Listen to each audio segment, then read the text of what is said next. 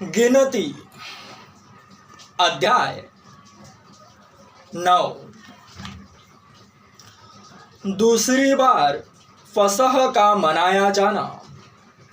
इज़राइलियों के मिस्र देश से निकलने के दूसरे वर्ष के पहले महीने में यहोवा ने सीनै के जंगल में मूसा से कहा, इज़राइली फसह नामक पर्व को उसके नियत समय पर मनाया करे, अर्थात इसी महीने के 14वें दिन के गोधूली के समय तुम लोग उसे विधियों और नियमों के अनुसार मानना। तब मूसा ने इज़राइलियों से फसह मनाने के लिए कह दिया और उन्होंने पहले महीने के 14वें दिन को गोधूली के समय सीनै के जंगल में फसह को मनाया और जो आज्ञाएं यहोवा ने मूसा को दी थी उन्हीं के अनुसार इज़राइलियों ने किया। परंतु कुछ लोग एक मनुष्य के शव के द्वारा अशुद्ध होने के कारण उस दिन फसह को न मना सके। वे उसी दिन मूसा और हारून के समीप जाकर मूसा से कहने लगे, हम लोग एक मनुष्य के शव के कारण अशुद्ध है, परंतु हम क्यों रुके रहे और इज़राइलियों के संग यहोवा का चढ़ावा नियत समय पर क्यों न चढ़ाए। मूसा ने उनसे कहा, ठहरे रहो, मैं सुन लूँ कि यहोवा तुम्हारे विषय में क्या आज्ञा देता है। यहोवा ने मूसा से कहा, इज़राइलियों से कह कि चाहे तुम लोग चाहे तुम्हारे वंश में से कोई भी किसी लोथ के कारण अशुद्ध हो या दूर की यात्रा पर हो, तो भी वह यहोवा के लिए फसह को माने। वे उसे दूसरे महीने के 14वें दिन को गोधूली के समय मनाए और फसह के बलि पशु के मांस को अख़मीरी रोटी और कड़वे सागपात के साथ खाए और उसमें से कुछ भी सवेरे तक न रख छोड़े और न उसकी कोई हड्डी तोड़े।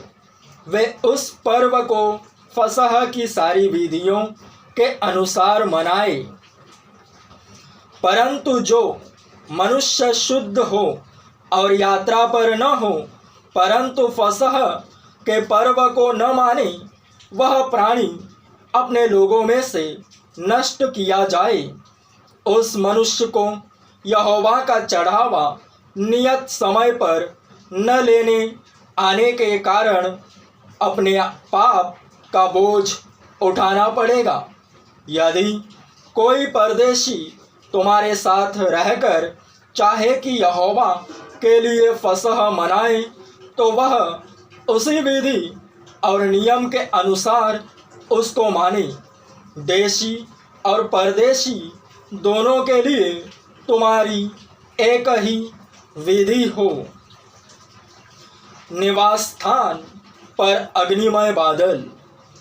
जिस दिन निवास, जो साक्षी का तंबू भी कहलाता है, खड़ा किया गया, उस दिन बादल उस पर छा गया और संध्या को वह निवास पर आग सा दिखाई दिया और भोर तक दिखाई देता रहा। नित्य ऐसा ही हुआ करता था, अर्थात दिन को बादल छाया रहता और रात को आग दिखाई देती थी।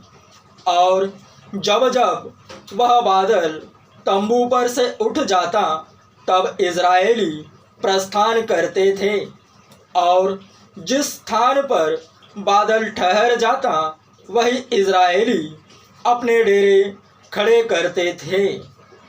यहोवा की आज्ञा से इज़राइली प्रस्थान करते थे और यहोवा ही के आज्ञा से वे डेरे खड़े भी करते थे।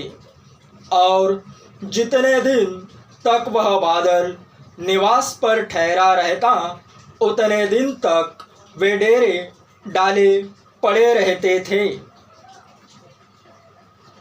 जब बादल बहुत दिन निवास पर छाया रहता, तब भी इज़राइली यहोवा की आज्ञा मानते और प्रस्थान नहीं करते थे।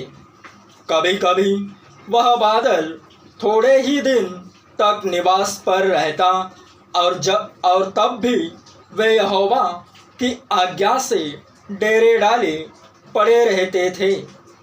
और फिर यहोवा की आज्ञा ही से वह प्रस्थान करते थे। और कभी कभी बादल केवल संध्या से भोर तक रहता, और जब वह भोर को उठ जाता था, तब वे प्रस्थान करते थे। और यदि वह रात दिन बराबर रहता, तो जब बादल उठ जाता, तब ही वे प्रस्थान करते थे। वह बादल चाहे 2 दिन, चाहे 1 महीना, चाहे वर्ष भर, जब तक निवास पर ठहरा रहता, तब तक इज़राइली अपने डेरों में रहते और प्रस्थान नहीं करते थे। यहोवा की आज्ञा से वे अपने डेरे खड़े करते और यहोवा ही की आज्ञा से प्रस्थान करते थे। जो आज्ञा यहोवा मूसा के द्वारा देता था, उसको वे माना करते थे।